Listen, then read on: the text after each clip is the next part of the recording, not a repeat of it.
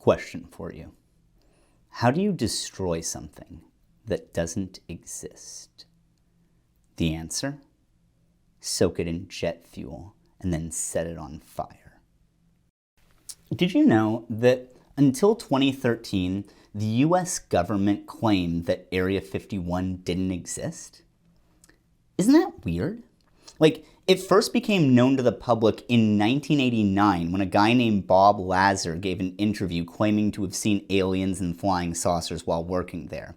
And from there, Area 51 has moved well beyond the world of fringe conspiracy theories to become such a massive piece of pop culture that, despite its existence having been a state secret until 10 years ago, it's probably the only Air Force base that most people watching this could name off the top of their heads. Like, think about this. The X-Files, Twin Peaks, Men in Black, Fringe, National Treasure 2, Warehouse 13, Independence Day, and the first Transformers movie all reference it, and yet when they came out, the US government was insisting that there's no such thing as Area 51, and also stop asking. In fact, with Independence Day specifically, so the US military will lend out like tanks and jets and stuff to movies on the condition that they get control over the script to ensure that the movie is like sufficiently pro-war or whatever. The military actually pulled out of Independence Day at the last minute because Area 51 is in it. Like, oh sure, we could totally loan you some jets, just gotta check over the script to make sure there's nothing that could hurt the US military. Let's see. Okay, the US intentionally bombing Houston. We totally would. Vietnam vet with PTSD. It's funny because it's true. Whoa. Mentioning Area 51? That's a highly classified government secret. How do you know about that? But this wasn't just pop culture either. There was a lawsuit against the military that was able to produce hundreds of government documents referring to Area 51 by name. There were pictures of it taken by Soviet spy planes and American astronauts, all of which the military tried to suppress. Hell, on a clear night, you can go see it yourself from the peak of the nearby mountain. Mr. Beast actually did that in 2019. It's not that hard. And yet, despite all these people saying how this is obviously real, we can see it, the US government's response was still, no it's not, and no you can't. And this naturally raises the question, right? What actually is going on out there? Area 51 is a highly classified air base in the middle of the Nevada desert, a little more than 80 miles north of Las Vegas. It's part of the Nellis Range Complex, historically home to the United States' most highly classified projects. These include its sister facility, the slightly less but still extremely classified Tonopah Test Range, as well as the Nevada Test Site, which is a place that had been established as an animal sanctuary in the 30s, but then was taken over by the Department of War in 1942.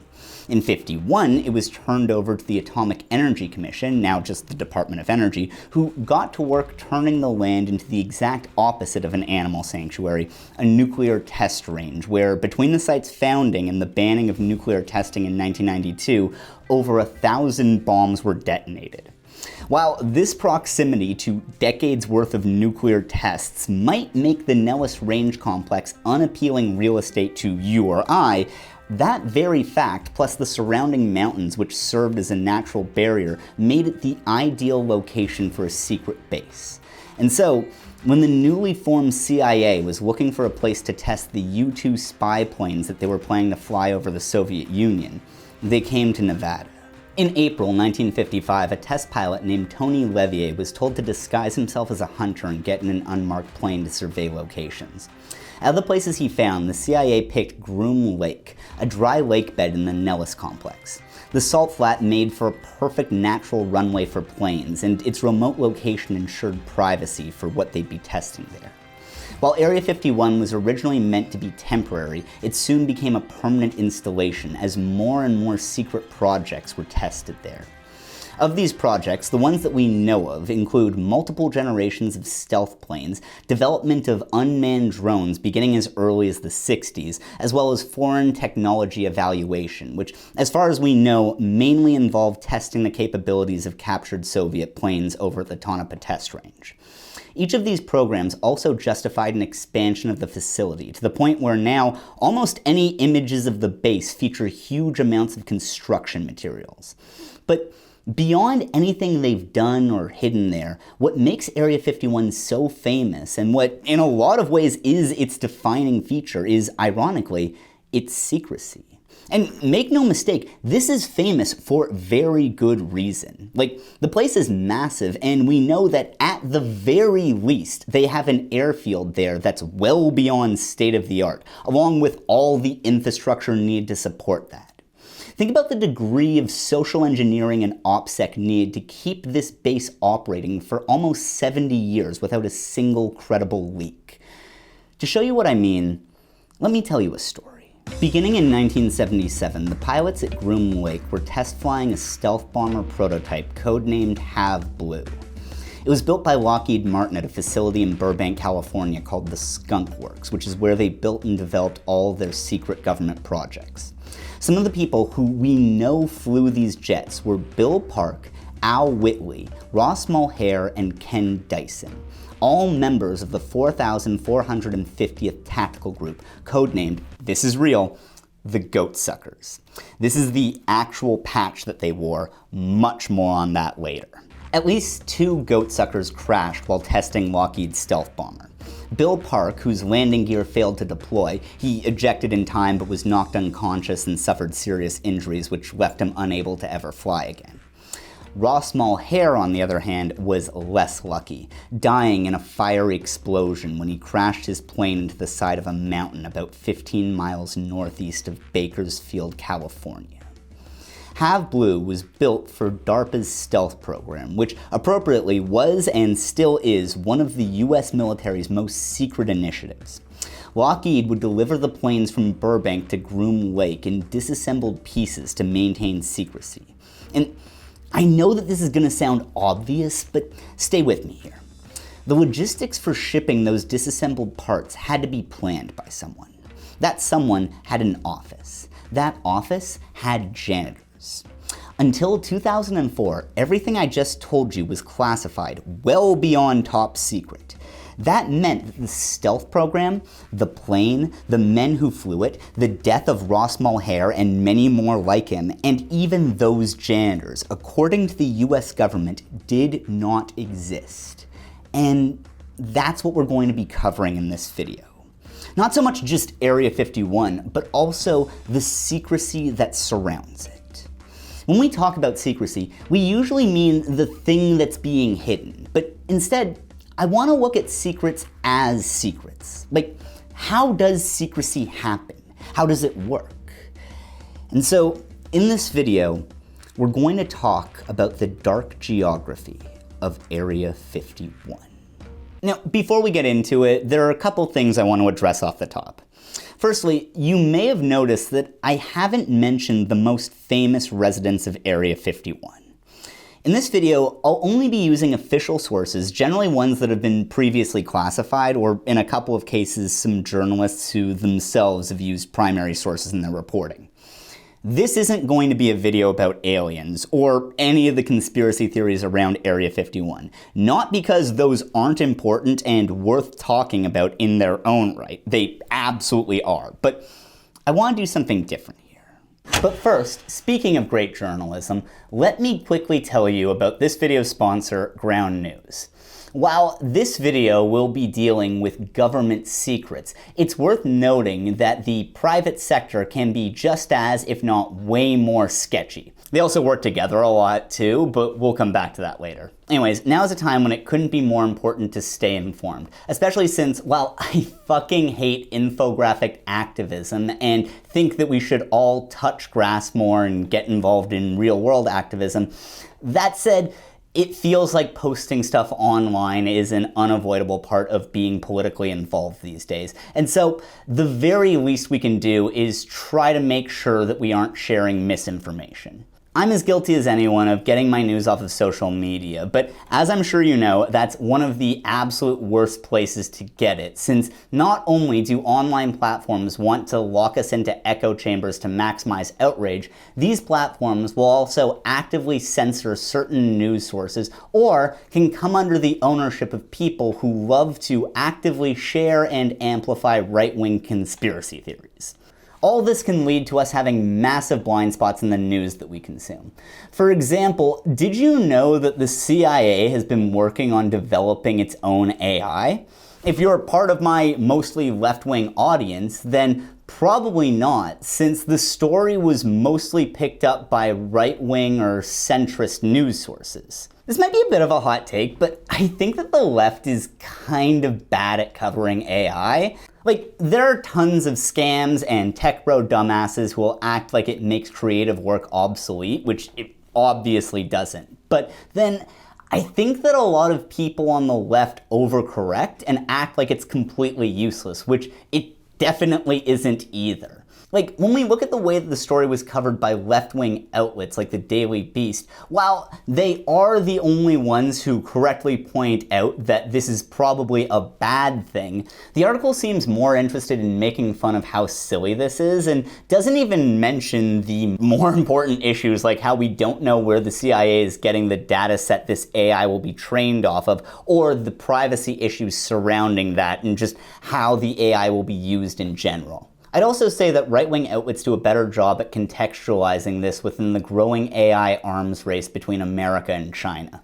I've been using Ground News for a couple months now, and really like how I can use it to follow specific publications that I like, something that's become a lot harder to do since Meta has made it so that Canadians can no longer view Canadian news sources. At the same time, I can also use it to make sure that I stay up to date on the type of stuff that doesn't cross my usual feed. I really like the way it also shows who owns each news source, as well as this new feature that shows a direct comparison between how left, right, and center sources cover any given story. So go to ground.news/we'reinhell by clicking the link in the description or scanning this QR code to get 40% off of their unlimited Vantage plan, or try out their Pro plan for less than $1 a month. Anyways, another thing I want to go over real quick is a common argument you'll sometimes see that's kind of become a bit of a meme, where people will say how anyone who believes in massive government conspiracies has clearly never been a project manager before.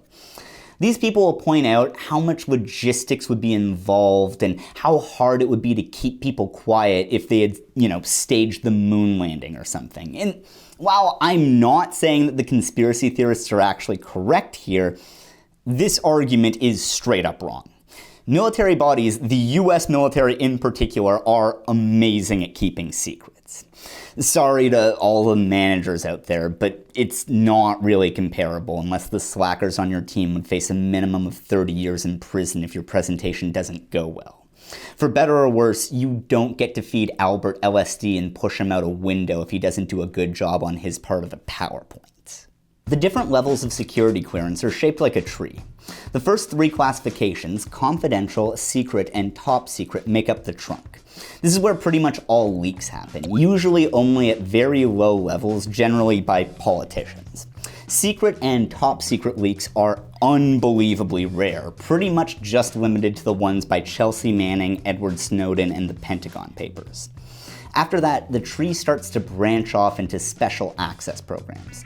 These include what is officially referred to as extremely sensitive information, i.e. things like nuclear war protocols, or else, more commonly, sensitive compartmented information. Projects that, as the name suggests, are compartmentalized, meaning that, for example, a computer scientist and an engineer both working on building the same drone will never be in contact or know more than what's absolutely necessary about what the other one is doing.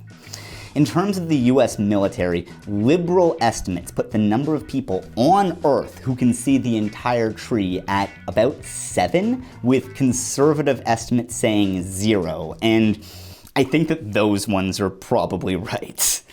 Anyways, in 2004, Have Blue, along with its younger next-gen sister plane Tacit Blue, were declassified at a ceremony at Edwards Air Force Base, which Area 51 is a remote detachment of. The ceremony was titled, Out of the Black into the Blue.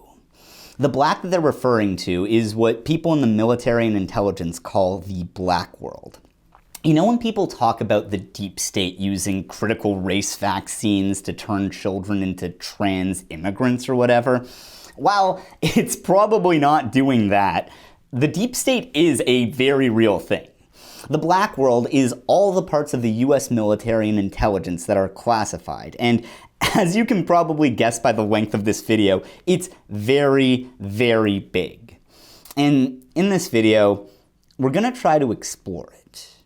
Now, I don't have enough money to afford the transportation and firepower needed to get into Area 51, link to my Patreon in the description. And so instead, you'll have to settle for what is nowhere near the next best thing, learning about it by thinking about the space of secrecy.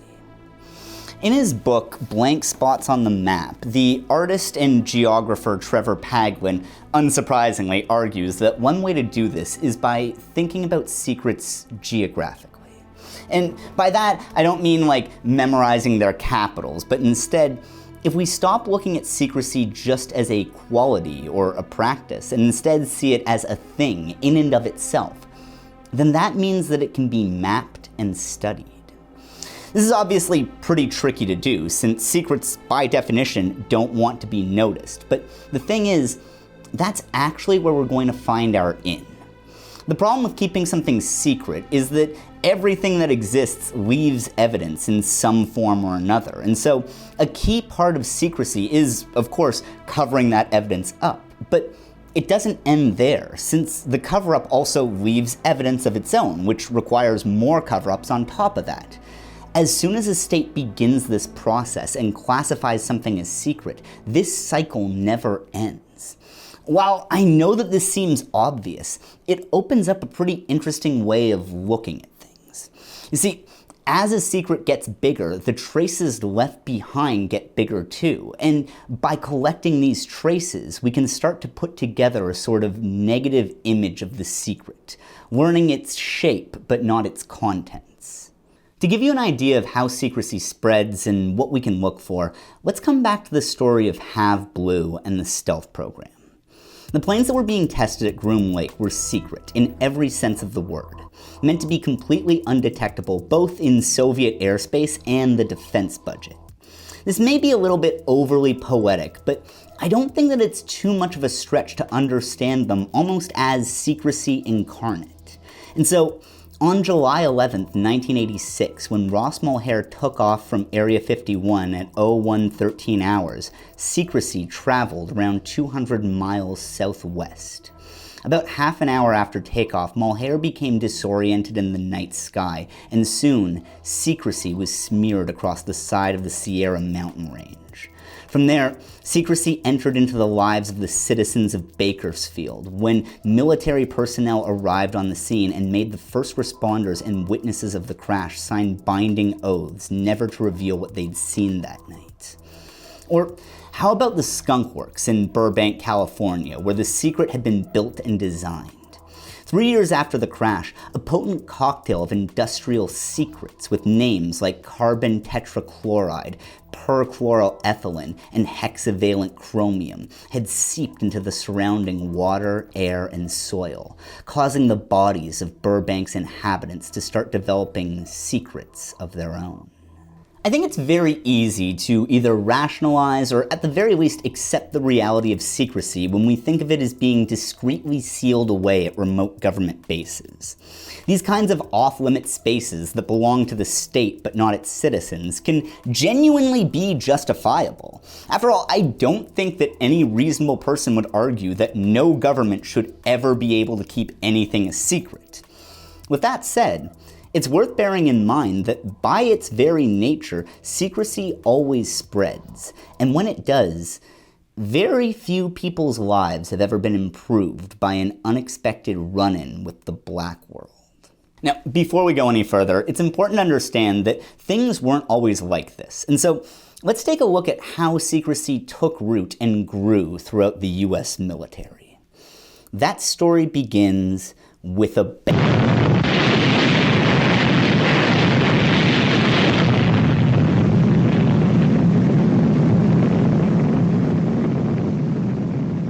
While the Manhattan Project obviously wasn't the first time that the American military acted in secret, it was the first time that the US military had acted in secret on an industrial scale.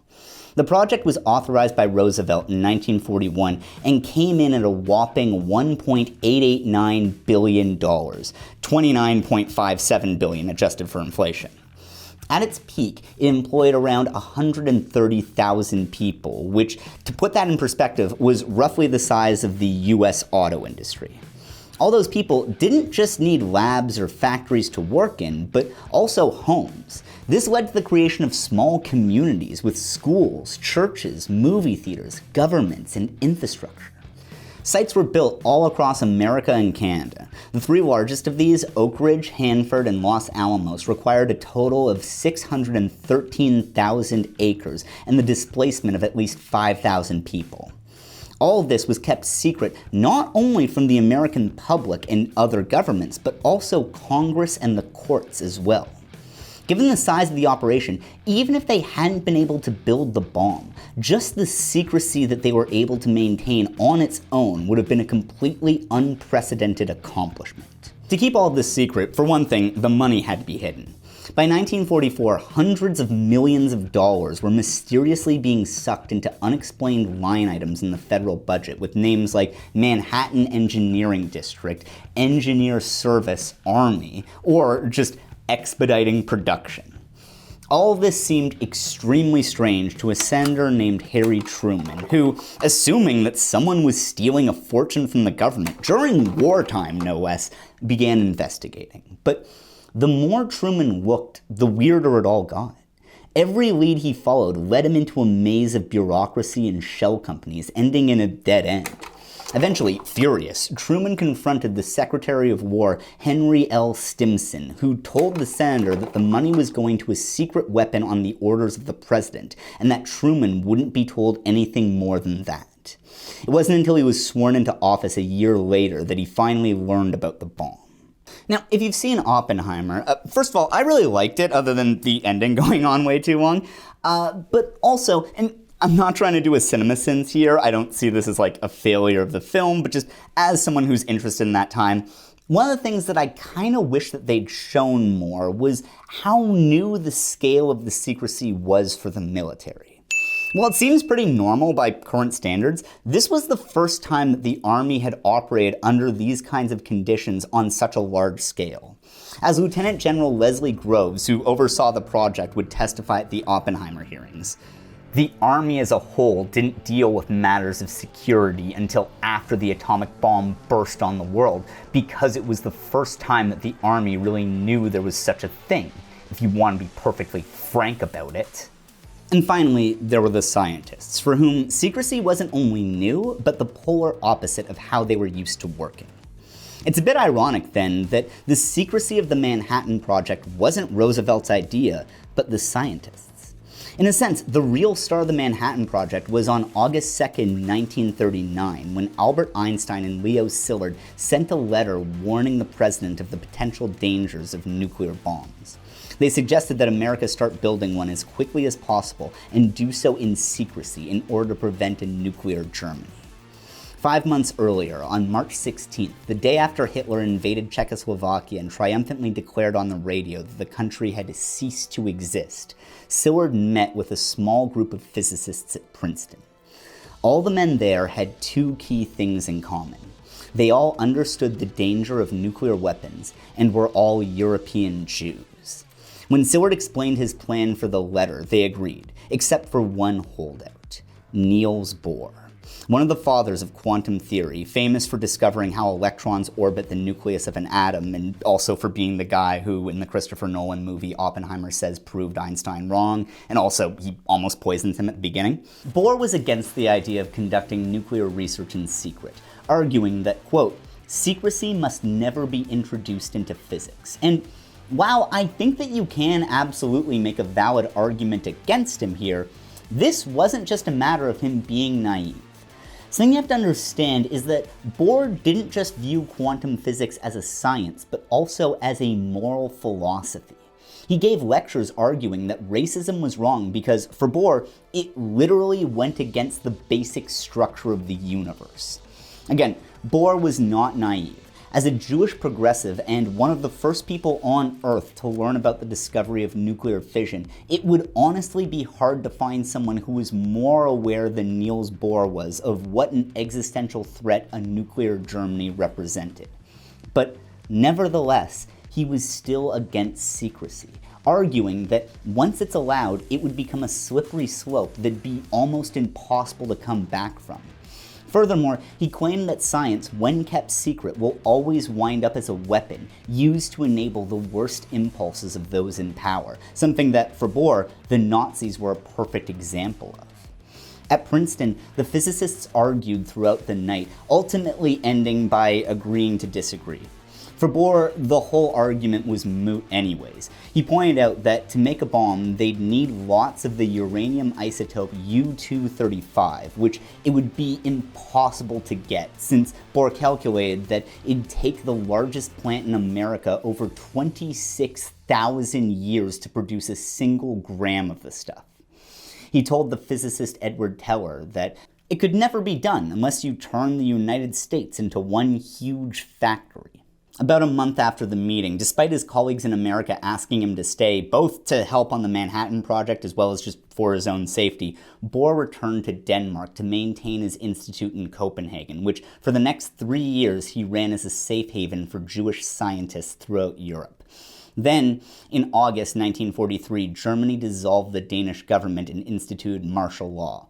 Bohr soon learned that he was going to be arrested, so he and his family fled to Sweden and, using every last bit of money and influence he had left, brought over 6,000 Jews with him, saving their lives. From Sweden, Bohr and his family eventually found their way to England and then America, where he was brought into the Manhattan Project. After seeing the effects that secrecy and compartmentalization were having on his fellow scientists at Los Alamos, as well as the scale of the whole project, Bohr spoke to Edward Teller again, saying, "You see, I told you it couldn't be done without turning the whole country into a factory. You've done just that." Now, like I said, there is a good case that you could make against Bohr, especially at that meeting in 1939, when, based on the information they had, I don't think that it was unreasonable to say that while, yes, secrecy in science may be bad, if it meant that Hitler wouldn't make a nuclear bomb, then that's a compromise that's probably worth making. We'll never know if keeping nuclear research secret played a crucial role in preventing the Nazis from winning the war. But with that said, literally everything Bohr predicted came true. The Manhattan Project didn't just create the atomic bomb, but also the Black World. All the secrecy that was originally only meant to be a temporary wartime measure soon became standard procedure. In 1944, when the Manhattan Project was drawing to a close, Bohr began lobbying the American and British governments to develop a post-war nuclear policy that would serve as a return to scientific openness. At this point, the original justification for the secrecy was gone. The Germans were being pushed out of France, and there was no way they had the resources to make a bomb, even if they knew how.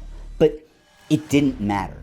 Secrecy had become the new normal, and so, rather than listen to him, Churchill and Roosevelt both decided that for advocating openness and cooperation, Bohr should be placed under investigation for treason.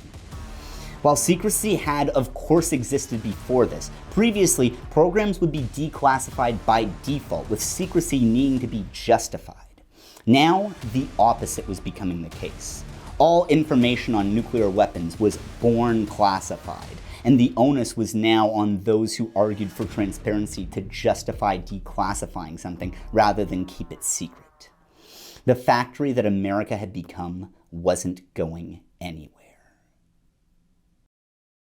Hey, so that was all pretty grim, eh? I figured we could take a little break from all that dark and depressing stuff to talk about something cheerier. For example, this poster. So on January 25th, 2017, members of the activist group Stop Deportation plastered hundreds of these posters over all the ads on trains on the London Tube. They specifically chose the Piccadilly line, which goes to Heathrow Airport, where those deportations were taking place. This poster is an example of what Claire Burchell calls the aesthetics of the secret. In a paper by that name, she makes a case for thinking about secrets as secrets, but rather than seeing the secret through the lens of geography like Paglen, Burchell argues that we should think about secrets as art. In a sense, secrets are the perfect aesthetic objects in that, by definition, they resist being intellectualized. Their meaning is very intentionally hidden from us. Since we don't know what they are, we can only evaluate them on a vibes-based level, thinking about them emotionally and aesthetically. This, Burchell argues, makes them ideal for political organizing. It's kind of odd how okay with secrecy people will often be when, literally, the only thing that we can know about a state secret is that it's information that is intentionally being kept from us. We are very literally involved, and in a way that we shouldn't necessarily be okay with. The Stop Deportation posters are a perfect example of how effective this can be. Think about that line. 50 people will be taken to Nigeria by force in secret on 31st of January. What exactly does the word secret mean here? The UK deportations are very literally not secret, not just because that sign tells the reader about them, but also because British politicians have actively collaborated with the media, televising raids of deportations to show how hard they are on immigration. In fact, in a recent video, Tom Nicholas talks about how the Tories are currently bragging about how they're forcing asylum seekers to live on overcrowded prison barges. But it's not like the sign is lying either. There are lots of aspects of these deportations that are completely opaque. For instance, we don't know much about these people, who they are, what they're trying to flee from, and most of all, how they're being treated. Especially since these deportations are done in a partnership between the British government and private airlines and security companies. Part of the effectiveness of these posters, then, is that they include the people who see them in something that it'd be very easy to think doesn't involve them. After all, why is it exactly that they aren't allowed to know more about these deportations? For Burchell, this aesthetic of the secret is most useful when it's being used to highlight something that's a known unknown, showing the limits of what we're allowed to see or know. It sounds almost more like creating an artwork than doing journalism. And two artists who do an amazing job of this are Jill Magid and Trevor Paglen. Magid is an American artist who's worked a bunch throughout Europe. I'd affectionately describe her work as batshit high concept. For example, one project called Evidence Locker is a collection of videos of her in Liverpool taken by CCTV cameras where she did things like calling the cops and having them guide her through the city with her eyes closed. Yeah, that's fine. Looks great. I'll try and zoom in a little bit. There's quite a few people around, you know. To get the footage, Magid had to fill out request forms, which she decided to write in the style of love letters. In another one called Lincoln Ocean Victor Eddy, she struck up a conversation with a New York City cop, started hanging out with him a bunch, and eventually got him to agree to let her shadow him on his patrol. Lincoln Ocean Victor Eddy also spells out love in, police code. Yeah, a lot of her work takes fuck the police in a strange direction. The work of Magid's that I'm most interested in here, though, is one called the Spy Project. So, in the Netherlands, there's a law where government agencies have to spend a certain amount of their budgets on art. And so, when the Dutch Secret Service, AIVD, was building a new headquarters, they made the amazing mistake of hiring Jill. Her assignment was to, quote, give the AIVD a human face, which she took very literally by spending the next 3 years interviewing literal secret agents, and then produced a series of art installations that are just physical descriptions of those agents. Apparently, when the AIVD found out what she was doing, her boss told her that they couldn't show the work since it could put their agents in danger, saying that she could, quote, burn their faces.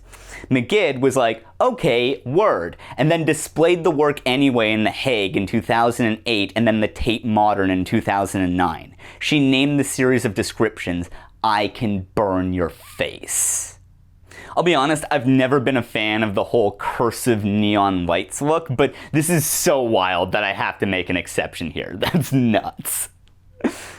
As for Trevor Paglen, this is kind of weird, but while I was writing this video, he actually came to Toronto, where I live, to give a talk, which I went to, and after, I very normally went up to him and explained that I'm a YouTuber and had spent the last month going over basically all of his work and got him to agree to an interview with me. So, I mean, do you want to just introduce yourself really quickly first? Tell people sort of who you are and what you do? Hi, my name is Trevor Paglen, and I'm an artist, but I mean that in a pretty expansive sense. So I do a lot of stuff other than, putting stuff on walls. So Trevor's underselling himself a bit here. I describe a lot of his early work as basically photographs of things that you aren't supposed to photograph. For example, he did this series called The Other Night Sky, where he took all these pictures that look like they could be default Mac backgrounds, right? Except, you see these lines? Those are spy satellites that the US government claims don't exist. He's also photographed CIA black sites all over the world, as well as, of course, Area 51. Oh, and here are some photos of the undersea cables that carry the internet across the ocean. These ones are also tapped by the NSA. You might have to learn how to scuba dive. Lately, he's been branching out into sculptures. For example, here's a cube he made out of the radioactive glass that was created during the Trinity test, now being displayed in the Fukushima nuclear exclusion zone. Oh, and here's the orbital reflector, a piece of installation art that you can see in lower orbit around the Earth. Trevor Paglen's orbital reflector is the first satellite to launch into low Earth orbit purely as an artistic gesture, serving no military, commercial, or scientific interests. Orbital reflector is a work of art that takes the form of a satellite. Goes up into space, it shoots out the side of the rocket, and that brick shape opens up. Inside is a giant reflective balloon. That balloon inflates the shape of a giant diamond. As the spacecraft travels over the Earth, it reflects sunlight. When it reflects that sunlight down, it appears as a point in the sky, slowly moving across the night sky. I think that his work is unbelievably cool, and if you'd like to see me nerd out over him, you can watch the hour-long interview on my Patreon. One of the things I really like about Paglen's photos of secrets, though, is how, in a lot of ways, the real subject of them is secrecy itself. For instance, with these pictures of secret bases, while I do find some of them extremely visually striking, these aren't particularly good representations of the thing that they're supposedly documenting. Or look at these ones of various bases on the Nellis complex. I don't know if you could really call these good pictures in the traditional sense of the word, but that's kind of the point. Unless you have a satellite or a spy plane, these are the best pictures that it's possible to get. And that way, the graininess and distortion is essentially the real subject of the picture. These aren't photos of Area 51. They're photos of how hard Area 51 is to photograph. Now, let's get back to the history by jumping to July 1947, when the United States Congress signed the CIA into existence with the National Security Act. In a pretty radical departure from how things are now, this actually wasn't a completely popular idea. Given recent memories of how the SS and Gestapo had turned out, many lawmakers weren't too keen on the idea of the president having what amounted to a peacetime secret police. One of the biggest of these opponents was Truman's own Secretary of State, Dean Acheson, who pointed out that if the CIA was created, then, quote, neither the President, the National Security Council, nor anyone else would be in a position to know what it was doing or to control it. These concerns were soothed, however, by future Secretary of Defense James Forstall, who promised that the CIA would never conduct any secret operations. Also, the future CIA director and eternal scion of Beelzebub, Allan Dulles, pinky promised Congress that the CIA would never consist of more than a couple dozen people throughout the United States, and a certain number of people abroad. Very chill, no big deal, definitely no need to worry about how many a certain number is. But These very obvious lies were all Truman needed to hear to sign the National Security Act into law. Now, if the use of words like a couple dozen and a certain number make you worried that this is all getting a bit too specific, I mean, how is the CIA supposed to function if it's chained down with that kind of red tape? Well, don't worry. Section 102 of the National Security Act outlines the responsibilities of the CIA. It mostly covers the type of stuff you'd expect for a secret intelligence agency, gather intelligence, advise the National Security Council, coordinate operations, assist other agencies however they need to, and one final thing. Line 5 of the CIA's directive simply reads that they are to perform such other functions and duties related to intelligence affecting the national security as the National Security Council may from time to time direct. That line lays out the vast majority of what the CIA actually does. The National Security Act was signed into law in July of 1947, and before the end of that year, other functions and duties had come to mean waging a secret war against the Soviets and intervening in Italy's election to prevent a communist from winning. And that was just the start. The following year, the National Security Council secretly issued Directive NSC 10-2, which created the Office of Policy Coordination and authorized the CIA to conduct, and I quote, propaganda, economic warfare, preventive direct action, including sabotage, anti-sabotage, demolition and evacuation measures, subversion against hostile states, including assistance to underground resistance movements, guerrillas and refugee liberation groups, and support of indigenous anti-communist elements in threatened countries of the free world. Or, in other words, other functions and duties related to intelligence affecting the national security. Not only that, Directive 10-2 also instructed the CIA that its covert operations should be, quote, so planned and executed that any US government responsibility for them is not evident, and that if uncovered, the US government can plausibly disclaim any responsibility for them. Essentially, they were told to conduct their missions in such a way that if they were caught, the president would be able to lie and claim to have not known about them. Also interesting is that while all of this was happening, the CIA didn't even have a budget yet. But not ones to let something as trivial as that get in the way of a good coup. They got their funding from our old friends, nondescript line items in the Pentagon's budget. Not to worry though. This was all fixed in 1949 by the Central Intelligence Agency Act. Oh, also by fixed, I mean made so much worse. The act gave the CIA a seal of office, laid out employment and hiring conditions for their employees, which, wouldn't you guess, were unbelievably lax. But most importantly, the bill officially wrote the black budget into law. This is actually kind of nuts though. The bill didn't state what the black budget would be. Instead, it said this. The report does not contain a full and detailed explanation of all of the provision of the proposed legislation in view of the fact that much of such information is of a highly confidential nature. However, the Committee on Armed Services received a complete explanation of all features of the proposed measure. The committee is satisfied that all sections of the proposed legislation are fully justified. And I want to be fair here. While I would disagree, I can see that there may be a logic to not making the actual budget publicly known. But this meant that Congress was going to be voting on a bill that they weren't allowed to know the contents of. And this wouldn't be the last time that happened either. Included in the bill was a provision that said that the CIA's funding would be completely exempt from congressional oversight. The way that this would work is that from then on, the CIA's funding would be hidden inside the budgets of other random government agencies. That means that if this bill was made into law, then Congress would never again know the true purpose of any budget for anything they ever voted on. The House passed it 348-4.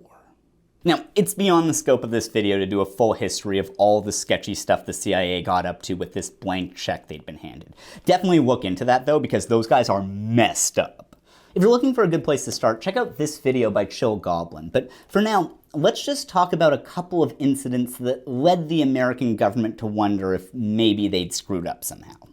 The first had to do with Laos, where throughout the 60s and 70s, Congress and the American public gradually came to learn that the CIA had been waging a secret war there for around 20 years.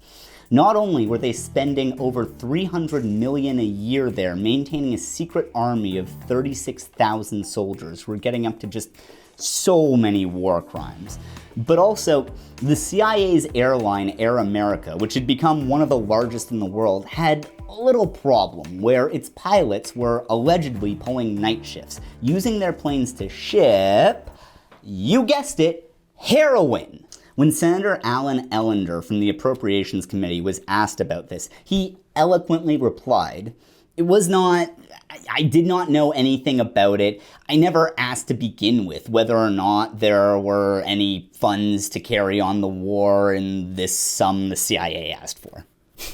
I love the smell of flop sweat in the morning.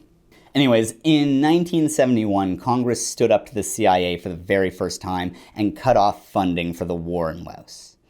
To be clear, this did not stop the CIA from continuing operating in Laos, but maybe we can give Congress some participation marks for at least trying to stand up to them. Another big yikesy for the CIA was just around the corner, though. Stop me if you've heard this before, but in 1972, Washington police arrested a group of men who were caught breaking into the Democratic National Committee headquarters at the Watergate Hotel complex. Among them were James McCord, Bernard Barker, Eugenio Martinez, Frank Fiore, and E. Howard Hunt, all of whom had pretty serious connections to the CIA. Now, much smarter people than me have spent decades debating to what extent the CIA was involved in Watergate, if it was at all.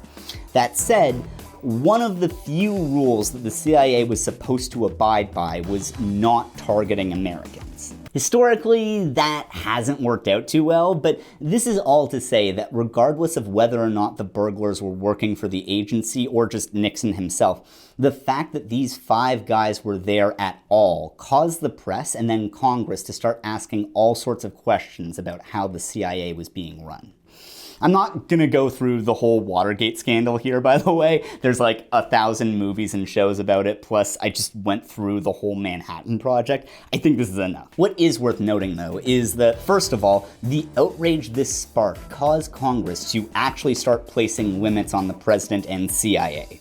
In 1973, they overruled Nixon's veto on the War Powers Resolution, which made it so that the president would have to consult them before doing a military.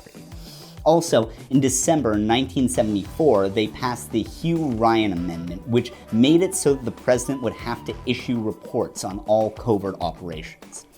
Interestingly, though, at the same time, the CIA was getting hate from the executive branch as well. Basically, the director of Central Intelligence, Richard Helms, had been reluctant to suppress the FBI's investigation into Nixon. He still did it after Nixon blackmailed him, but because of that, old Tricky Dick was like, fuck these guys, fired Helms and replaced him with James Schlesinger. On his way out, Helms destroyed as many records as he could get his hands on, which, as director of the CIA, was a lot. Like, being able to get your hands on records is like most of what that job entails. And so Schlesinger essentially walked in on his first day to see a sweaty Richard Helms pushing a folder marked MK Ultra into a shredder.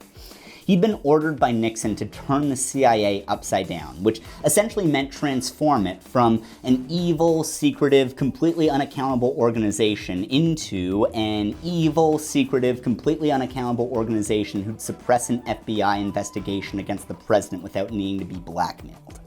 Schlesinger did this by firing over 1,000 agents, which made him so unpopular at the agency that when his portrait was hung in the lobby, a hidden camera had to be installed to stop people from defacing it. As you may have guessed, Schlesinger didn't last long at this post. After a job well done cleaning house at the CIA and discovering a disgusting amount of illegal activity while he did it, Nixon promoted Schlesinger to Secretary of Defense, and his Deputy Director of Operations, William Colby, became the new DCI. A veteran of both World War II and Vietnam, Colby was definitely more known for the latter, where he oversaw the Phoenix program, which the CIA described as, quote, a set of programs that sought to attack and destroy the political infrastructure of the Viet Cong. That set of programs included assassinations, death squads, kidnappings, secret prisons, and torture.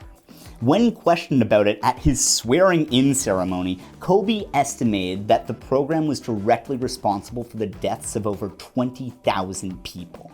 So, not a great guy. This made it all the stranger that when Gerald Ford had his VP Nelson Rockefeller conduct a series of hearings investigating misdeeds by the CIA, Kobe was shockingly open about the horrible shit the agency had gotten up to. See, the Rockefeller hearings were very clearly for show, a move by Ford to direct heat away from the White House and towards the CIA without actually having to go after the CIA either. In the hearings, Kobe revealed so much that the vice president actually pulled him aside and said, "Bill, do you really have to present all this material to us? We realize that there are secrets that you fellas need to keep, and so nobody here is going to take it amiss if you feel that there are some questions you can't answer quite as fully as you seem to feel you have to." Now, before we give Kobe the award for most based war criminal, it's important to understand where he was coming from here. Prior to joining the military, Kobe had worked as a lawyer at father of the CIA, William Donovan's law firm, where he defended massive corporations from antitrust suits. Something he'd learned in his lawyer days was that stonewalling didn't work. Instead, it was best to be forthcoming with information while being sure to frame said info in such a way that the client came off looking good. Kobe was trying to do the same thing here. While many in the government and intelligence thought that he was destroying the CIA, in reality, Kobe saw openness as the only way to save it. All this reveals one of the most common misconceptions about state secrecy: the idea that revealing secret wrongdoings is an effective way to stop them. In reality, when an illegal classified program is brought to light, more often than not, the response isn't to end the program, but to make it legal. This is honestly a depressingly reasonable case against whistleblowing, and while I do definitely think that it is still good to reveal these kinds of secret activities, to me, this does show that simply revealing them isn't enough.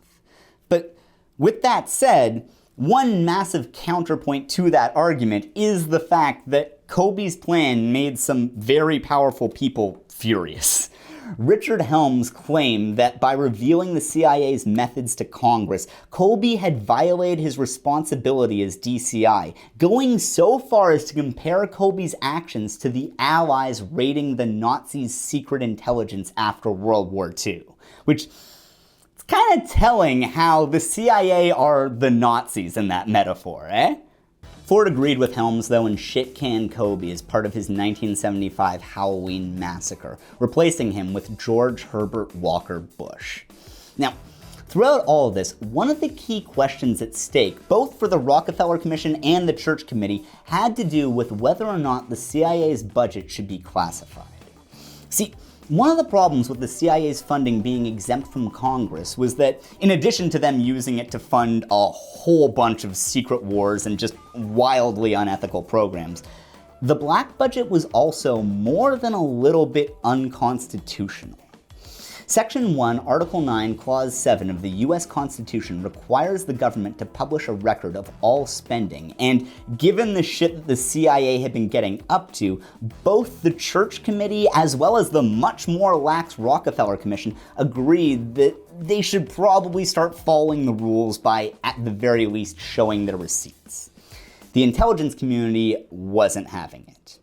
Putting aside their differences, Helms, Kobe, and Bush all testified to the Church Committee that the black budget should stay hidden. And when I say this, literally no one was calling for the release of sensitive information on exactly how all the money was being spent, which is what the Constitution actually requires. They were literally just calling for them to report the total amount spent. All three DCIs agreed that releasing the grand total wouldn't affect anything, but still opposed it, claiming that it was a slippery slope. Oh sure, right now you're just asking us to release the budget, but where does it end? Who knows what laws we'll wind up having to obey? That's not even much of an exaggeration. Here's how Bush Sr. put it. I have concluded that one figure, standing alone, is all but meaningless. But this meaningless figure will inevitably lead to a demand on the part of some for more detail. I worry about the whittling away process that might take place. I hope this committee will resist the urge to move towards accommodation by revealing the budget figures. The demand will not cease. Jeez. I feel like no matter where you stand on this issue, anyone should be infuriated by the attitude they had here. Like, this shouldn't be called an accommodation. They talk about it as if they're granting a privilege to a spoiled child instead of literally being asked to follow the law. Thankfully, Congress also found the slippery slope argument to be completely ridiculous, and so, with popular support on both sides of the aisle, they pushed back against the intelligence community and won. Nah, I'm just fucking with you. As usual, the bad guys won and the budget stayed secret. This isn't the end of the story, but from here, it gets a lot less climactic. In 1998, a successful Freedom of Information Act lawsuit against the CIA forced the disclosure of the budget, $26.7 billion, or $34.9 billion adjusted for inflation. But then, the next year, the CIA was like, psych, fuck you, and the budget went black again.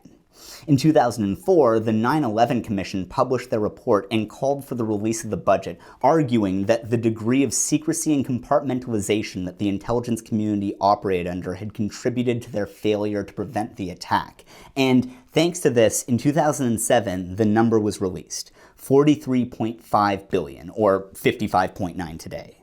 But from that point on, the legal state of the black budget gets a lot murkier. For one thing, the president can, at any time, reclassify it by issuing a memorandum. But also, the 2007 ruling only declassified the National Intelligence Program and not any other programs, like, for instance, Tactical Intelligence-related Activities or the Joint Military Intelligence Program. Since then, there's been a constant bipartisan push to declassify the top line of all government agencies.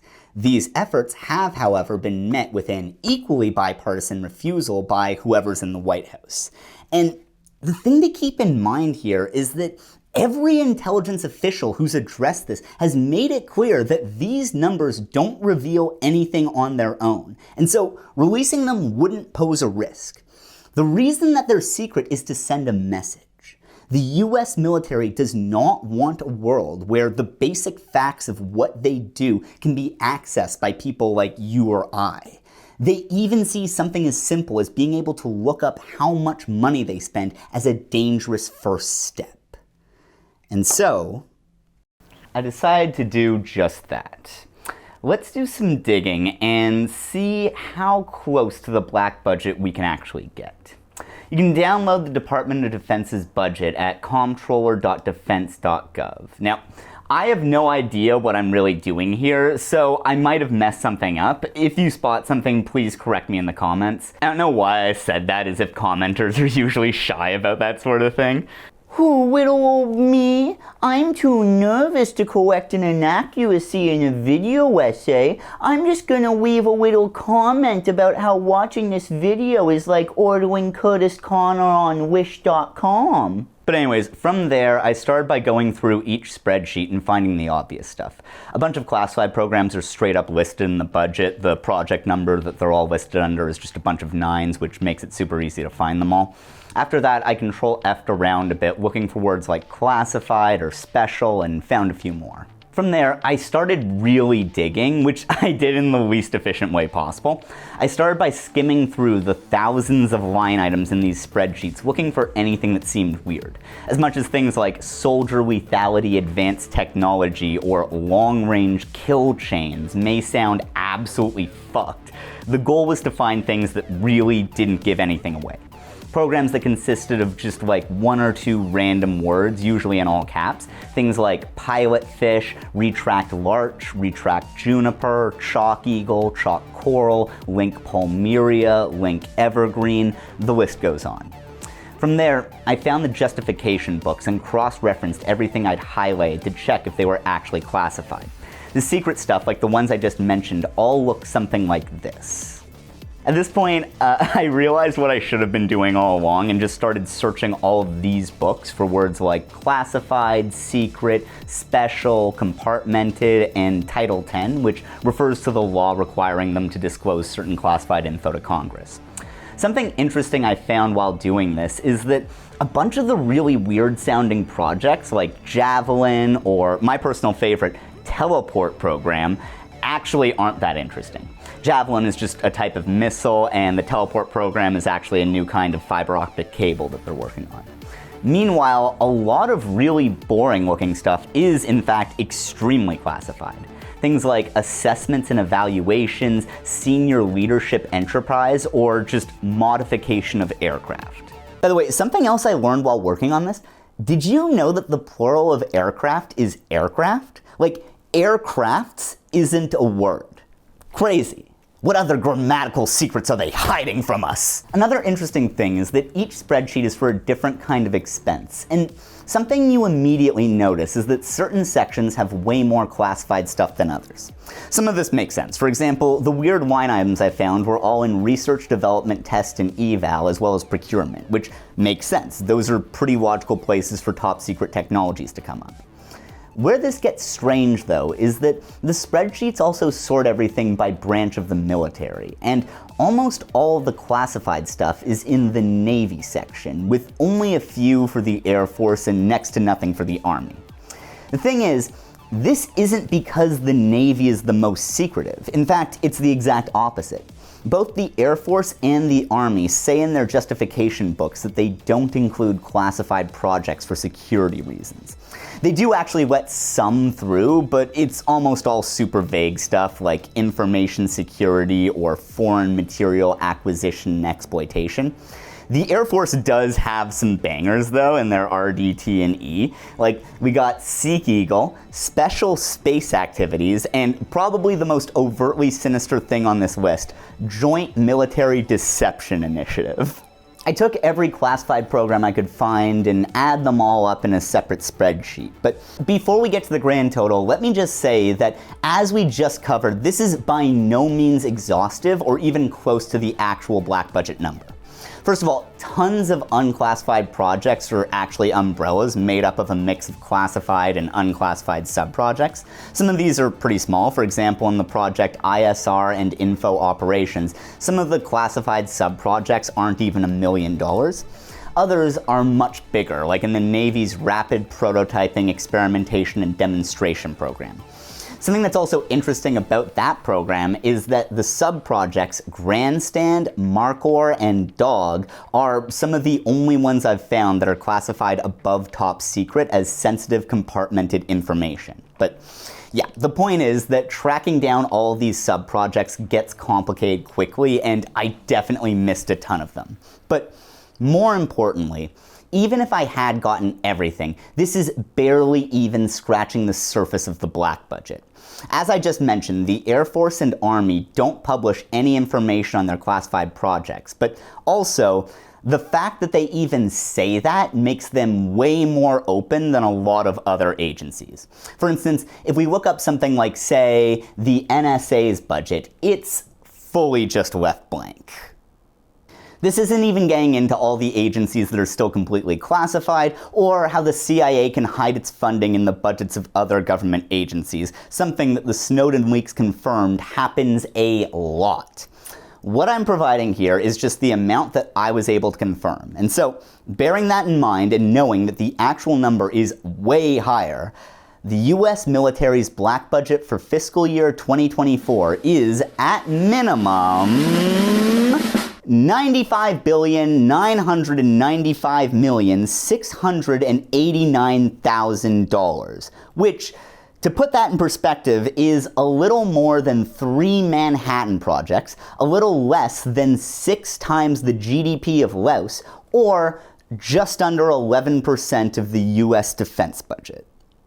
By the way, while everything I've shown you here is completely publicly available information, and several journalists have in the past done the exact same thing that I'm doing now, I looked pretty hard, and as far as I can tell, this figure, specifically for the fiscal year 2024, hasn't been posted anywhere else online. So That's pretty cool. I'll include a link in the description so that anyone who's interested can access all of my work. Feel free to do whatever you want with it. Just please don't roast me for not knowing how to use Excel. Now, before we move on from funding, one last thing that probably goes without saying, but still is absolutely fucked, is the fact that most of the people doing these secret projects, or any military project for that matter, aren't even government employees. An article from 2019 by the Watson Institute at Brown University put the ratio of contractors to military personnel at 1.5 to 1. Meaning that there were 50% more people working for private companies than for the actual military. While this trend really took off in the 2000s, the seeds were planted in the 90s by none other than history's greatest villain, Al fucking Gore. Thanks for inventing the internet, nerd. If it wasn't for you, I'd only have a normal amount of interest in erotic Homestuck fan fiction. In 1993, under Clinton, Gore launched an initiative to, as he called it, reinvent government, i.e. privatize it. And on what I've really come to talk to you about today, the revolution in governing that we call reinventing government, and that your action agenda calls redesigning government. You know what that means because governors have led the way in trying to create a government that works better and costs less. It has become a cliche to criticize the federal government. People call it bloated, bureaucratic, wasteful. How could they get that impression? It's just beyond me. Of course, they get that impression because it is all too accurate. There are those who say we didn't cut spending enough. To them, I say we made more than 200 deep specific cuts, and I also say we've just begun. Part of what I want to talk to you here about today involves further cuts in spending. Why can't government be run more like a business? You were so fucking stupid, you fucking piece of Sorry, I'll get back to you later. So when Gore proposed this, the Republican Congress responded with a collective, okay. And so they got to work making the US government run like a business, for profit. And all of this happened just in time for...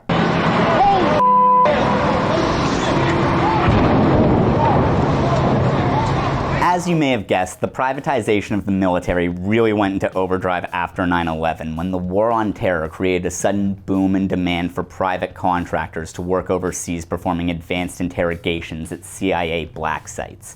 And now, here we are. New and more powerful technologies of secrecy have consistently been rolled out with things like mass surveillance and extraordinary renditions, which, if you don't know what those are, the CIA is allowed to kidnap anyone on Earth who they suspect of being a terrorist. There are many documented cases where they just got the wrong person, and so imagine getting kidnapped, brought to a CIA black site where you're tortured for months, only for your captors to realize that you didn't do the thing that they thought you did. And so they release you by just dumping you on the side of the road in a country halfway across the world from your home where you don't speak the language. And when you finally find a way to get back home, you learn that all courts have consistently ruled that there will never be any compensation for any victims of this practice, nor will anyone responsible ever face any consequences. The last documented case of this was in 2008, although there's absolutely no reason to think that this doesn't still happen. The fact that it's been so long since we last heard about it is much more likely a result of these being done under greater secrecy than any reforms. So anyways, I decided to see for myself just how much the US hires defense contractors. So I did some more digging and found sam.gov, a site that has basically all the data on government contracts in America. The site actually made me create an account complete with my phone number, so yeah. But from there, I was able to find the list of the top 100 government contracts. The latest one they had was from 2022, so this might be a little out of date, but I don't think that there's too much reason to think that it's changed that much. Also, holy shit, this is by far the most evil spreadsheet I've ever seen.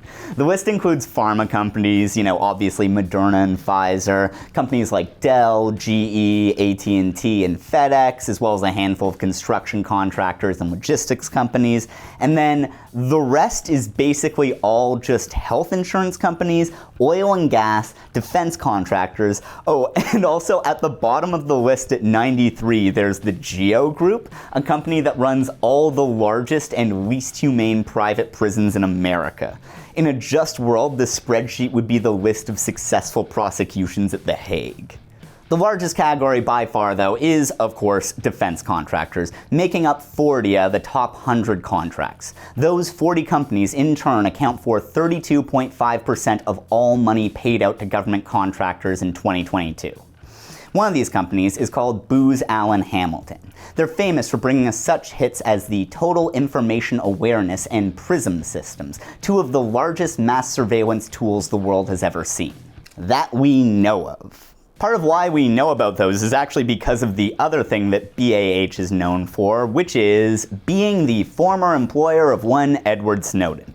This very cool and good company has bragged in their promotional material that they employ over 10,000 people with security clearance above top secret.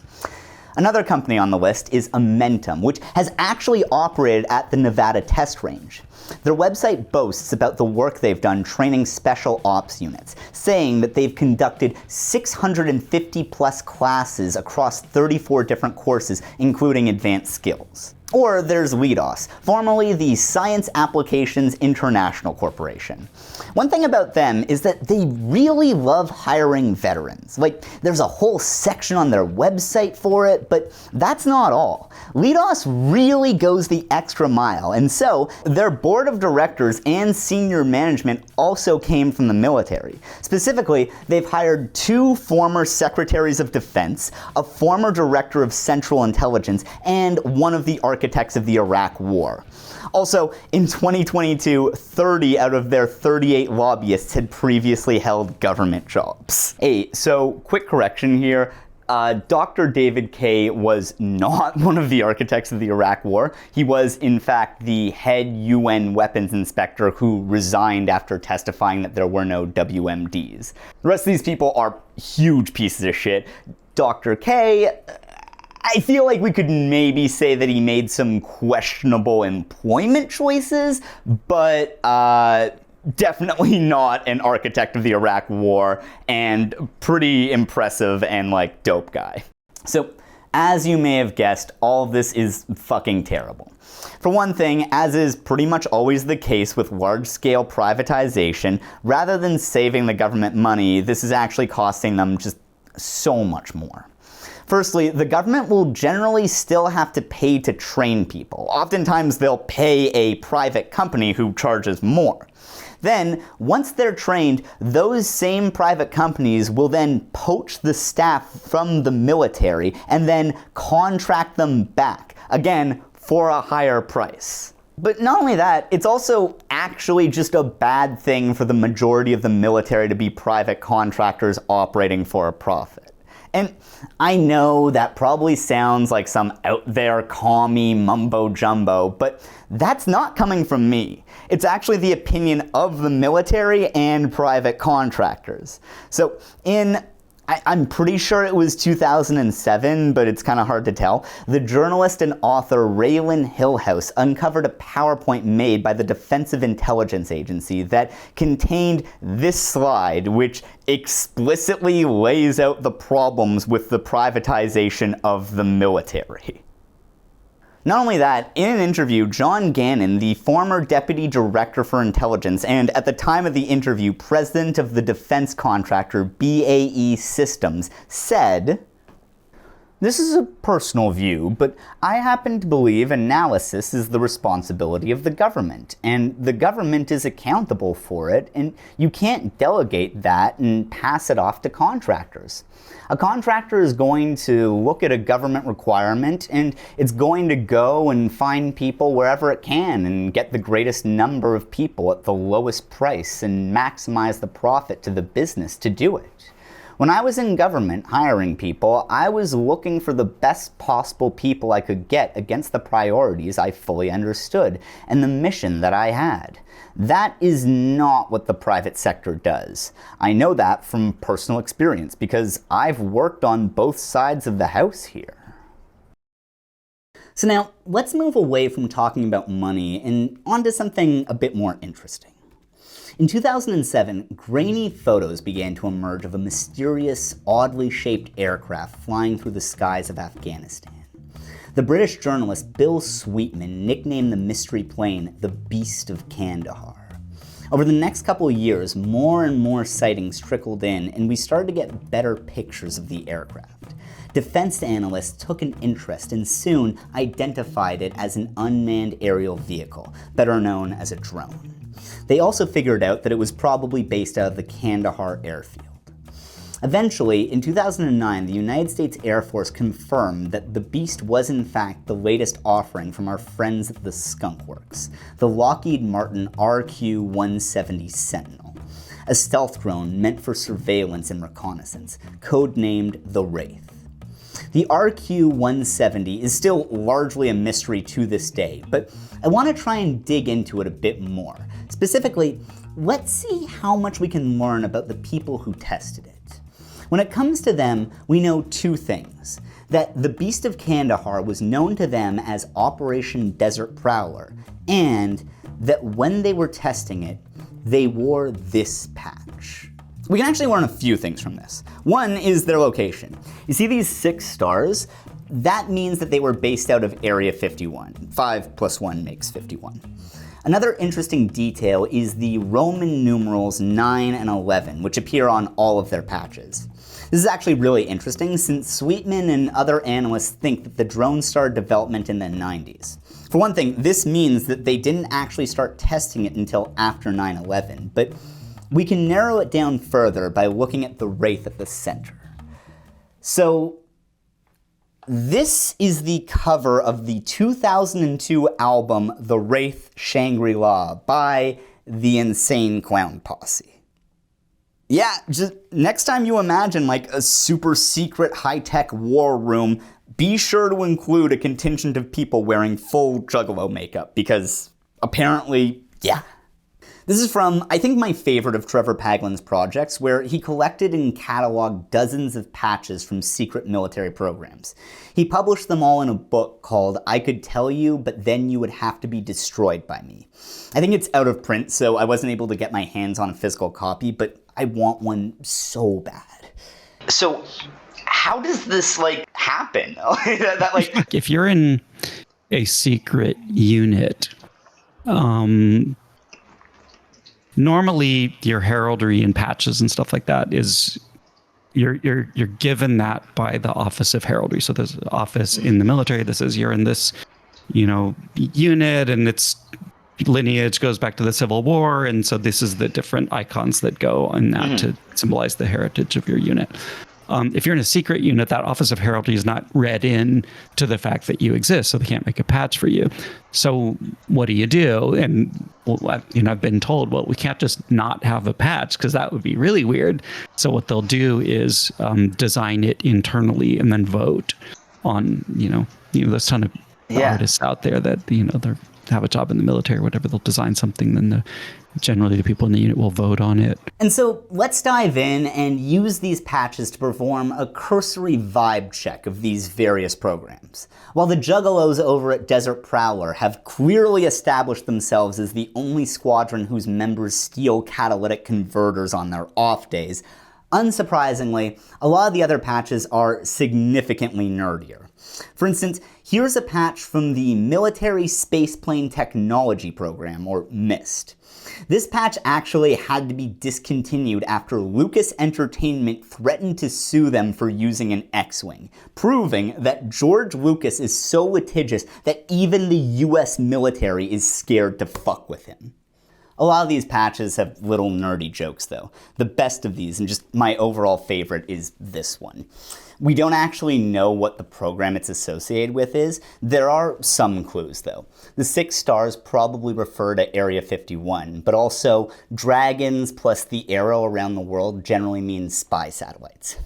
My favorite part though is the Latin around the rim, which roughly translates to, I'm dead serious here, all your base are belong to us. Getting into the less fun badges though, here's the one for TENCAP, or Tactical Exploitation of National Capabilities, which is basically a collection of programs that research combat applications for reconnaissance satellites, like as opposed to strategic applications, which is what they're normally used for. As you can see, their badge features an alien and what's probably a stealth plane or maybe a satellite, and at the bottom it says Oberant Dum Mituant, which is a quote by the Roman Emperor Caligula, translating to, "Let them hate so long as they fear." So, my read of this one is that it's unbelievably try-hard. I feel like the people at TENCAP are for sure just like really mean nerds. But for the meanest nerds, we have to go over to the NRO. By the way, do you know about the NRO? So, the National Reconnaissance Office is America's secret space agency. And like, this might hurt for any other people who are really into space as kids, but NASA is kind of just their shell company. That isn't to say that NASA doesn't do the things that they say they do, but just that it's also not uncommon for their launches to just be a cover story for the NRO launching a new spy satellite. Some other interesting facts about them are that they have the largest budget of any intelligence agency, and until 1992, their existence was completely secret.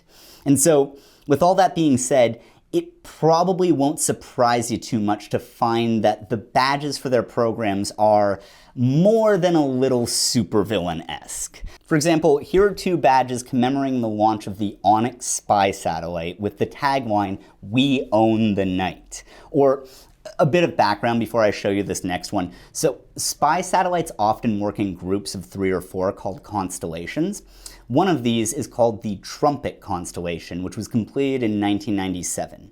In the documents that they had to submit to the UN, the US government claimed that the constellation was for, quote, "practical applications and uses of space technology such as weather or communications."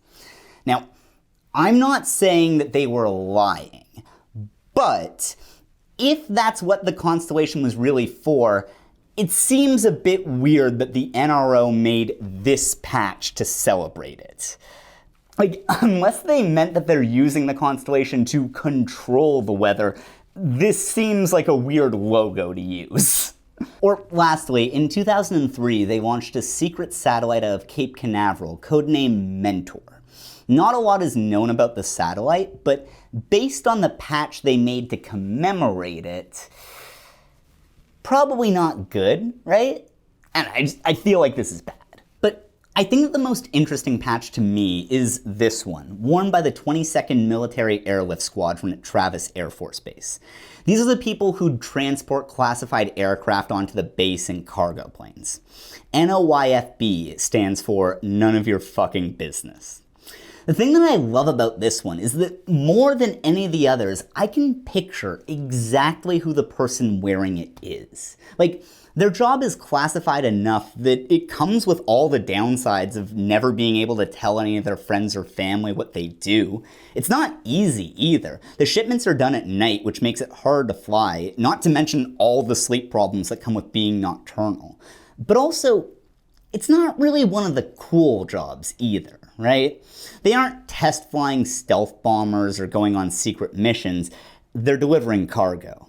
And so I can just picture this person hanging out on the base or wherever, wearing this patch and just itching for someone to ask them, "Hey, what does NOYFB stand for?" So they can smile all cool and say, "None of your fucking business." And that's kind of what I love so much about these patches in a nutshell. It's not just the glimpses they give into the cultures at Groom Lake or the NRO, but how, when looking into state secrecy, so much of it inherently involves navigating how the government wants you to see, or more often not see, these programs. Instead, these show the ways that the actual people working there want to be seen themselves. Now, let's come back to the US Air Force's little slice of nowhere in the Nevada desert. Of all the mysteries and unexplained things around Area 51, one of the strangest is that the United States government can't actually prove that Area 51 is even in America at all.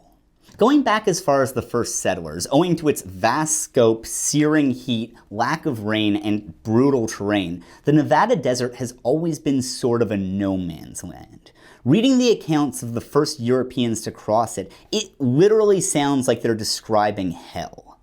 This wasn't somewhere that was fit to develop, but instead a brutal obstacle to get through on the way to California. In the 1850s, when Mormons established the first permanent American settlements, rest sites for travelers headed west, they also had to create their own legal system, since not even the federal government wanted to go there. While the settlers may not have liked this, some people who did were the area's other residents, the indigenous tribes of the Great Basin. Up until around the 1850s, the western Shoshone and southern Paiute people had been mostly undisturbed by white settlers while living on the land now known as the Nellis Complex. Things changed fast, though. By the end of the decade, silver was discovered in Nevada, and then gold soon after, attracting thousands to the area. The new arrivals began settling the territory of the western Shoshone. Plant life was cut down for fuel or fed to cattle. Local game was scared away, and conflicts between the white settlers and indigenous people became common and bloody, setting off a violent cycle. With their traditional means of living now taken away, the Shoshone turned instead to brutal raids on the settlers' supply routes. Things culminated in 1863, beginning when soldiers stationed at Ruby Valley carried out the Bear River Massacre, wiping out a village of 250 Shoshone. Things ended later that year with the Western Shoshone signing the Treaty of Ruby Valley, declaring peace and friendship while they were held at gunpoint. Damn, I've been making friends wrong this whole time. The terms of the treaty were that all raids and violence committed by the Shoshone would stop, and that the United States would be given the rights to travel freely and mine the land. In exchange, the US would pay a yearly amount to compensate the Shoshone for any inconveniences this caused them. Two important things were missing from the treaty, though. Firstly, while it's very clear about ending all violence against Americans, it never says anything about violence against the Shoshone. As the European settlements grew, the mines soon poisoned the water, and genocidal attacks were committed against the Shoshone people, with local newspapers calling for them to be wiped out. Just like how present-day Area 51 represents a legal black hole, exempt from any regulations or oversight, the Shoshone people found themselves on the receiving end of an American tradition older than apple pie. They were in a gray area, bound by the law, but not protected by it. But another factor that contributed to this gray area was the second thing that was missing from the treaty. While Americans were granted free movement on the land and all mining claims, the actual ownership of the land stayed with the Shoshone. Since the desert was so inhospitable, the Americans didn't think it was worth taking. Not only that, the Treaty of Ruby Valley is one of the few that the government never bothered to nullify. Despite multiple attempts to buy the land from them, the Western Shoshone have refused, and the land remains unceded to this day. Now, like I said, this video isn't going to be going into aliens, but even if you disregard all the conspiracy theories around it, Area 51 is still a very scary place. As I'm sure anyone watching this understands, the base is extremely heavily guarded, and said guards are authorized to use deadly force. The meme raid got it very wrong. They definitely could stop us all. But what makes it really scary, to me at least, isn't just that the guards there could kill you, but the fact that there are no forms of accountability if they did. As the stealth plane expert and author Jim Goodall put it, the thing that bothers me about Area 51 is that a camouflage dude in a white Jeep Cherokee can come up to you, shoot you in cold blood, drag your butt a quarter of a mile inside the perimeter of the base, and throw it out where the buzzards can get to you. And there isn't a government agency or law enforcement agency in this country that has the authority to go in there and get your body. Even if they could, there's no one who can be held accountable, because the place doesn't officially exist. You might as well be on Mars. I like how he starts that so casually, just like, you know what my biggest gripe is? One of the most chilling things you've ever heard. But also, I think that there's something of a through line between the current legal status of Area 51 and the Ruby Valley Treaty, that being the way the land was viewed as valueless. To the settlers, the desert was a wasteland, and therefore there was no point in formally acquiring it. Its only value, after all, was as a place to mine and kill indigenous people. In fact, there's almost an argument to be made for there having been an advantage to not claiming the land and instead turning it into a gray area, not part of the US, but within its territory, creating a sort of nowhere. And the thing about nowhere is that it's the perfect place to bury a body. This wasteland nowhere status was exactly what would draw the army there 100 years later. When setting up the Nellis Range, the Air Force explained that they chose the location because the land, quote, wasn't much good for anything but gunnery practice. You could bomb it into oblivion and never notice the difference. In a sense, when the Atomic Energy Commission began setting off bombs at the Nevada test site in 1951, that marked the point when the Indian Wars went nuclear. Now, to finish up here, I think that a pretty reasonable thing to ask is what can be done about this? And while I'm not going to give a particularly optimistic answer, I think that it's important to look into what happens when secrecy is brought into the US legal system. But before we do that, let's talk about a surprisingly complicated question. What do you do with top secret trash? Well, it seems kind of funny. This actually represents a real problem for logistics and operational security. Like, first of all, secret bases aren't exactly on a garbage route, and even if they were, things like, for instance, the radar-absorbing paint they use on stealth planes are state secrets that they can't just send to the dump. At Groom Lake, the way they solved this problem was naturally as clever as it was elegant. They had the men there dig trenches the size of football fields at the southern edge of the base, threw the garbage in, doused it in jet fuel, and then burned it. This strategy was so ingenious that soon Lockheed Martin was sending the industrial waste produced by the skunk works over to Area 51 in unlabeled drums to be burned as well. Workers on the base described the smoke from these burn pits as being as thick as London fog, and before long, people started getting sick. One of these men was Robert Frost. In 1990, at the age of 57, he succumbed to the strange illness he'd developed that his doctor had been unable to treat. His widow Helen tried to sue his employer for wrongful death, but the suit failed since she couldn't prove to the court that her husband's chronic cough and the bleeding rashes were caused by his job and not, as the defense claimed, a result of him being an alcoholic. Just dragging this dead man's name through the mud in service of the most absurd and disrespectful argument imaginable. Like, it says here that when your husband's doctor performed a biopsy, he found traces of toxic industrial chemicals. That was probably because he was cheating on you. But the case was given new life when it fell into the hands of a Georgetown law professor named Jonathan Turley, who filed 2 class action lawsuits on behalf of Helen Frost and 6 anonymous colleagues of her late husband who'd come forward with similar symptoms. One of Turley's suits named the Secretary of Defense, the National Security Advisor, and the Air Force Secretary as defendants, while the other was against the EPA, who, he alleged, had committed criminal negligence by failing to ensure that Area 51 was up to code.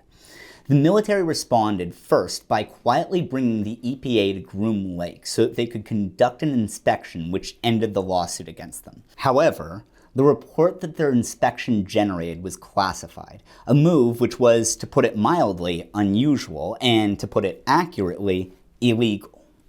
Meanwhile, the military stonewalled Turley, claiming that the base didn't exist and that even if it did, it was a state secret. It was only after Turley produced literally hundreds of unclassified government documents referring to Area 51 that they eventually conceded that there was in fact an operating location at Groom Dry Lake, but nothing more. Except now, the military also had a question of their own. Who wants to know? See, pursuing this case was extremely risky. As part of their jobs, all of the workers had been made to sign NDAs, the breach of which carried 30 years in prison. The 6 living workers took every effort to ensure that their identities remained secret, and on all court documents, they only appeared as John Doe. But despite this, as the case progressed, they began noticing strange cars following them and their families by day and parking on their streets at night. Turley told them to assume that their phones were tapped. But the John Does weren't deterred. For them, this was a matter of life and death. The primary goal of the case was for the EPA report to be declassified so that they could learn what exactly they'd been exposed to and get proper medical treatment. Thankfully, in September 1995, it seemed like their hopes were being answered when U.S. District Judge Philip Proe sided with the plaintiffs. He ruled that the government had to release the report by October 2nd. The only way they could stop this now would be with an executive order from the president himself. And so, on September 29th, 1995, Bill Clinton signed Presidential Determination number 95-45, stating that both the base and the report would stay secret.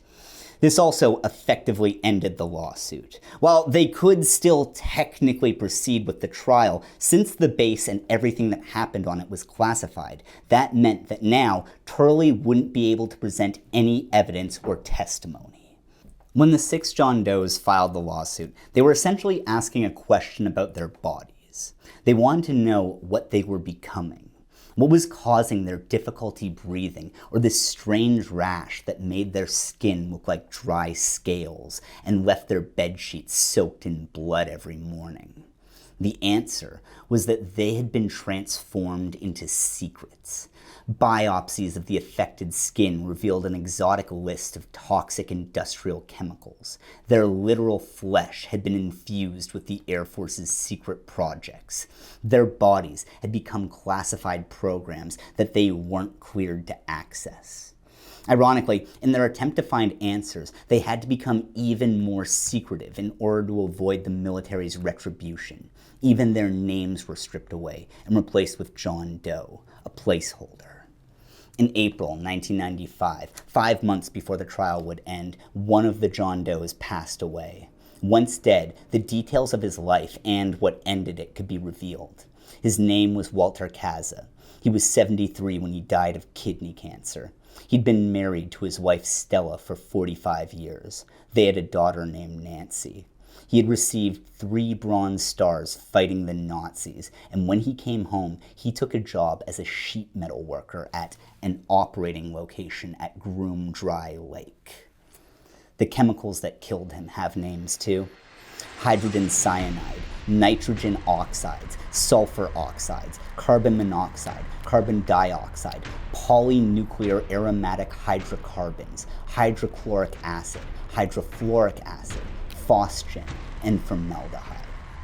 In 2005, the Air Force made a mistake and published an unclassified safety supplement meant to warn emergency workers about the hazards associated with the chemicals used in the construction of F-117s, the type of plane that was being tested and burned when Kaza, Frost, and the other John Does were working at the base. As is often the case when the government claims state secret privilege, keeping the EPA report secret was never a matter of national security.